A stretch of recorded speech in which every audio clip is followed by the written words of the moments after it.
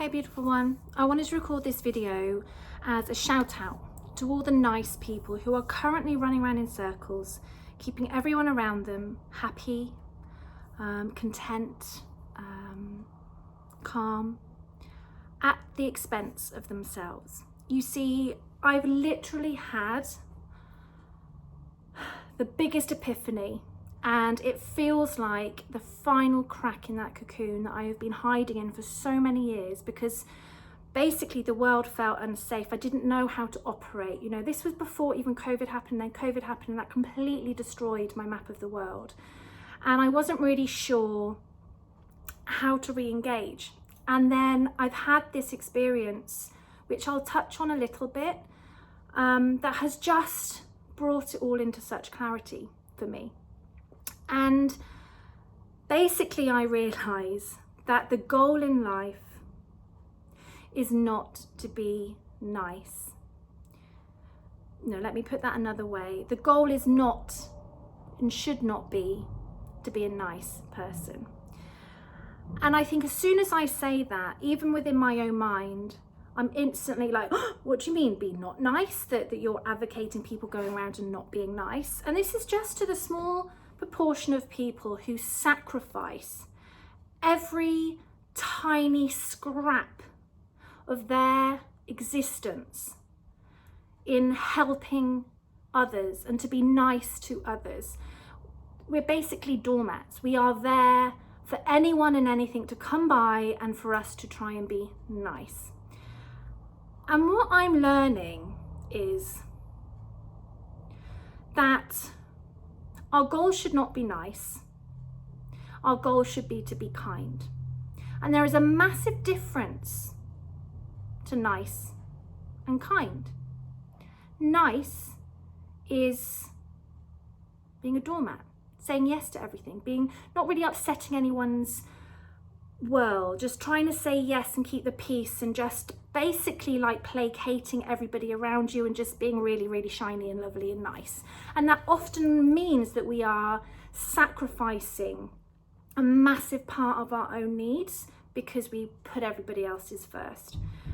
Now, kindness is about, like there's a phrase, isn't there, being cruel to be kind. You don't say be cruel to be nice, but you can say be cruel to be kind. And that means that sometimes the biggest kindness can be hard, honest truth. Because I will use what I've just been through as an example of this. And it is a reminder to me that I need to change the way that I approach life. Because nice does not put food on the table. Nice does not get you to where you want to be. Nice does not get you moving. You do not get any benefit from being nice. By being kind, you are helping other souls evolve. You are helping you to be authentic and to speak your truth. And you are keeping everything moving and growing. Because while we stay in the traps and the prisons of nice, nothing can change. We are stuck because no one's rocking the boat, no one's saying anything. We are often being, because the problem is that when you are a nice person, you attract souls into your life who benefit from you being nice, who benefit from you having no boundaries, who benefit from you being a doormat. So you attract those people who will constantly wear and grind you down. What you want to do is attract people into your life who love you unconditionally, not because you're nice to them, but because they see you and they see your value and they hear you and they feel you as being that true, genuine, honest, messy human that we are. Because we're all messy, we all mess up, we all say things and do things that we don't mean.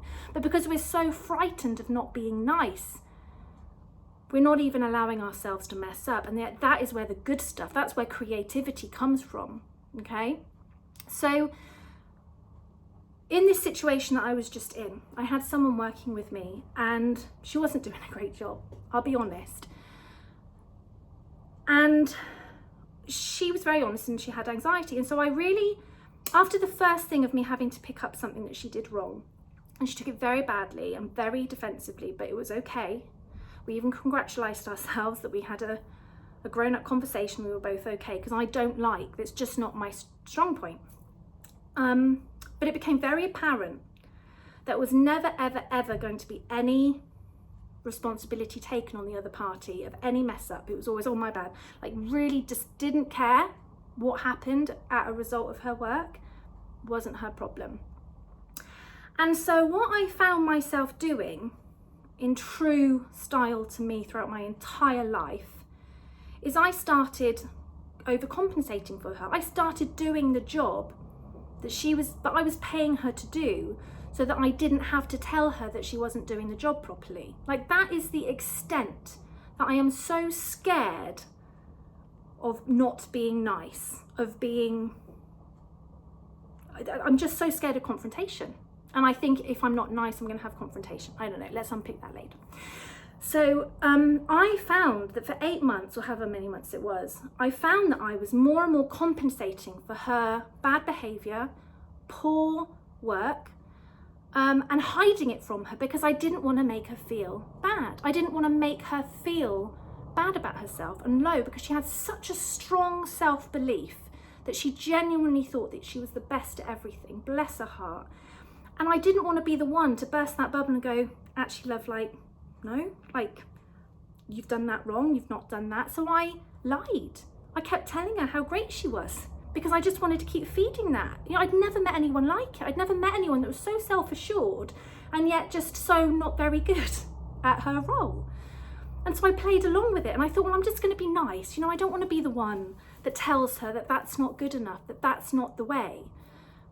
And so I was nice. Now, if I was being kind, Ria, the kindest thing I could have done for her is to sit her down and help her look in that mirror and go, if you want to get anywhere in your life, you need to accept feedback gracefully. You need to listen to what people are saying and go within and accept that feedback and grow from it. It's a growth mindset, yeah? It's a growth mindset. She had a very fixed mindset. She was right about everything, everyone else was wrong, end of story, no point for discussion. So the kindest thing I could have done for her is to help her navigate receiving feedback and understanding that no one's going to die, no one's going to get fired. It's just feedback, and it's what we grow from. That would have been kind. Instead, I chose nice. Nice was just blowing smoke up her telling her that I thought she was brilliant, that I couldn't do without her, and all of this stuff, while constantly trying to catch everything behind her that she was dropping so that she didn't realise. I know. But it's only now that I take a step back and I realise what I was doing. And that's not to beat myself up, that's not to shame myself, that's not to make myself look like a fool. It's because I can't grow if I don't look at myself in the mirror and go, what is happening here? And the 100% on me is that I'm being nice to people when I should try and be kind. And you can be kind and lovely and gentle and loving. It's the nice which we need to be wary of. And so if you, like me, are a nice girl who has been brought up to not rock the boat, to soothe the waters, to placate, to keep the peace, like, this is right from when I was tiny. That is my identity, okay? And that becomes your personality, which becomes your personal reality, as in the words of Dr. Joe Dispenza. So we must recognize these things and claim back our life, because I cannot build the business that I need to build if I'm constantly allowing people to come in and destroy it and sit back because I want to be nice and not say anything about it. I've lost so much business last year because of her, and that's on me, because I wanted to be nice. You can't grow a business when you're being nice. You grow a business while you're being kind. A kind business, a kind manager, a kind person. And I encourage anyone watching this who relates in any part that they find themselves in the place where they are a doormat, where people come to them because they know they're going to get what they want. You need to start reclaiming and asking yourself, am I being nice or am I being kind? And what are you choosing? Are you choosing to be nice, or are you choosing to be kind going forward? And as with anything, it's a muscle. We start small. We start in a safe space. We start gently. Okay? I'm not going to suddenly come out and start keeping everyone to account and just communicating how I feel. I'm still going to be me. I'm still going to love everybody as much as I can and try and save feelings where I can, because that is like wired into my soul. Yet for my own business growth, my own sanity, my own personal reality, I must start to break that down and lean more over to kindness. So I hope those insights from a very traumatic few months from mine helps you in some way, because what I'm also realizing is that I am here to help entrepreneurs who are deeply sensitive, who are empaths and feel everything, who are just knocked from pillar to post, who have so much empathy for the entire world, and they're drained and jaded because of it. And so their amazing ideas, their dreams, their visions, the vision of a better future is not becoming a reality because we are so shell-shocked from the harsh reality of dealing with other humans that aren't like us. It hurts, it's hard, it's painful, and it's exhausting. And so I absolutely know that the work that I'm doing here in the shop, the work that I do in my workshops, my membership, everything that's coming is about working with amazing people who just haven't quite stepped into their potential because they feel it all too deeply, that they're too nice, that they're trying to keep the peace in exchange for their own inner compass. You know, it's like we have to gently unravel those. It's not a quick fix. I'm not just, you know, we can't suddenly, like I say, we can't suddenly become badass, whatever. It's not like flipping onto the other side and then going around using everybody else. It's not about changing ourselves. It's about protecting ourselves. It's about becoming ourselves. So that is my message to you, my love. This is my commitment to myself and to you, that I want to record one video a week. That is my commitment. That is my big moving the needle commitment. And so please, if you like this video and you want to say more, keep me accountable. Go, oi, where are you? Because there are going to be many, many weeks, probably next week, that I don't want to. But I want to commit to myself to get back to this. I want to get back to talking to you, from my heart to you. I don't know who I'm talking to. We've never met, but I feel you. I see you.